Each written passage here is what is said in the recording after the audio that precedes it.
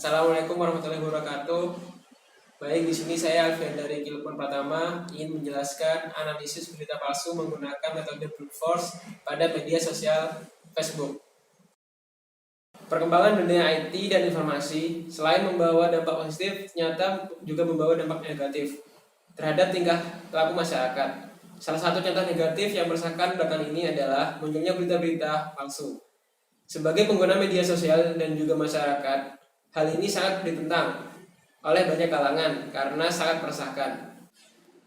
Media sosial, media penyajian berita yang dahulu berbentuk fisik atau media cetak, perlahan berubah menjadi bentuk digital agar dapat diterima di masyarakat. Media sosial seperti Facebook yang telah memiliki sekitar 2,4 miliar pengguna dalam sehari melakukan ribuan, jutaan, bahkan bermiliaran proses pertukaran data. Dengan adanya proses pertukaran informasi yang sebanyak itu, tidak dapat dipungkiri akan muncul sebuah informasi yang sifatnya palsu. Berdasarkan permasalahan di atas, maka diperlukannya sebuah langkah yang diambil untuk memberikan pengawasan dan pengamanan terhadap setiap berita. Topik dan batasan. Berdasarkan hal tersebut, maka rumusan masalah di dalam penelitian ini adalah bagaimana mengidentifikasikan sebuah berita yang muncul di dalam Facebook, apakah merupakan sebuah berita yang dapat diakui kebenarannya atau sebuah berita palsu dengan menggunakan metode brute force.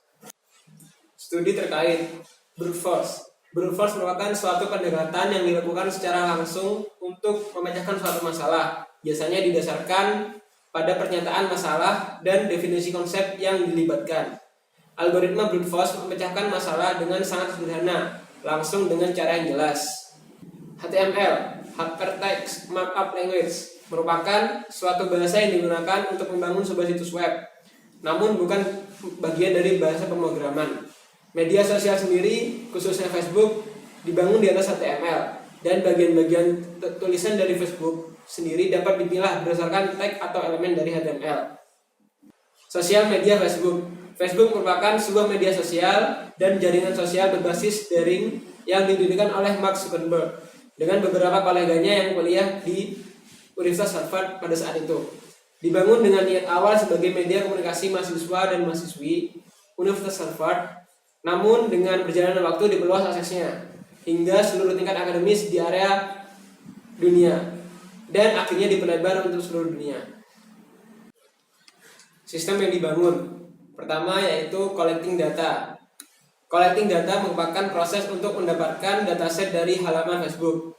Data yang diambil menggunakan kata kunci, yaitu media cetak. Preprocessing. Preprocessing adalah proses menyiapkan data agar siap untuk dianalisis.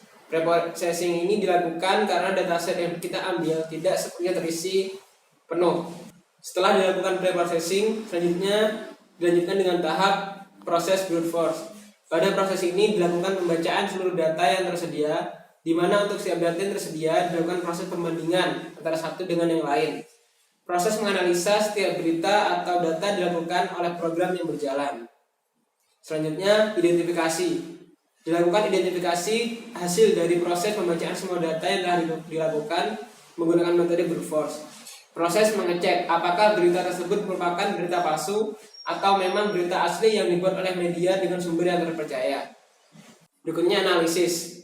Hasil pengujian. Pertama, dari proses pencarian data yang dilakukan didapatkan kumpulan data sebanyak 1.200 data hasil pengumpulan dengan metode brute force.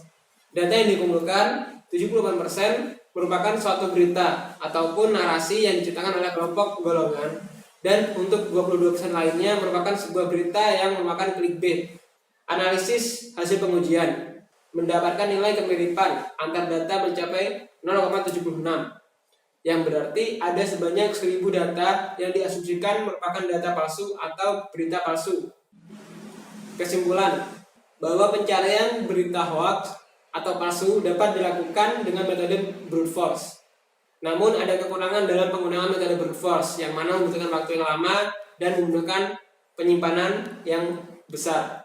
Untuk pengembangan selanjutnya, penulis menyarankan untuk menggunakan algoritma naive Bayes dengan menggunakan probabilitas sebagai pemodelnya. Cukup sekian yang dapat saya sampaikan. Mohon maaf bila ada salah. Wassalamualaikum warahmatullahi wabarakatuh.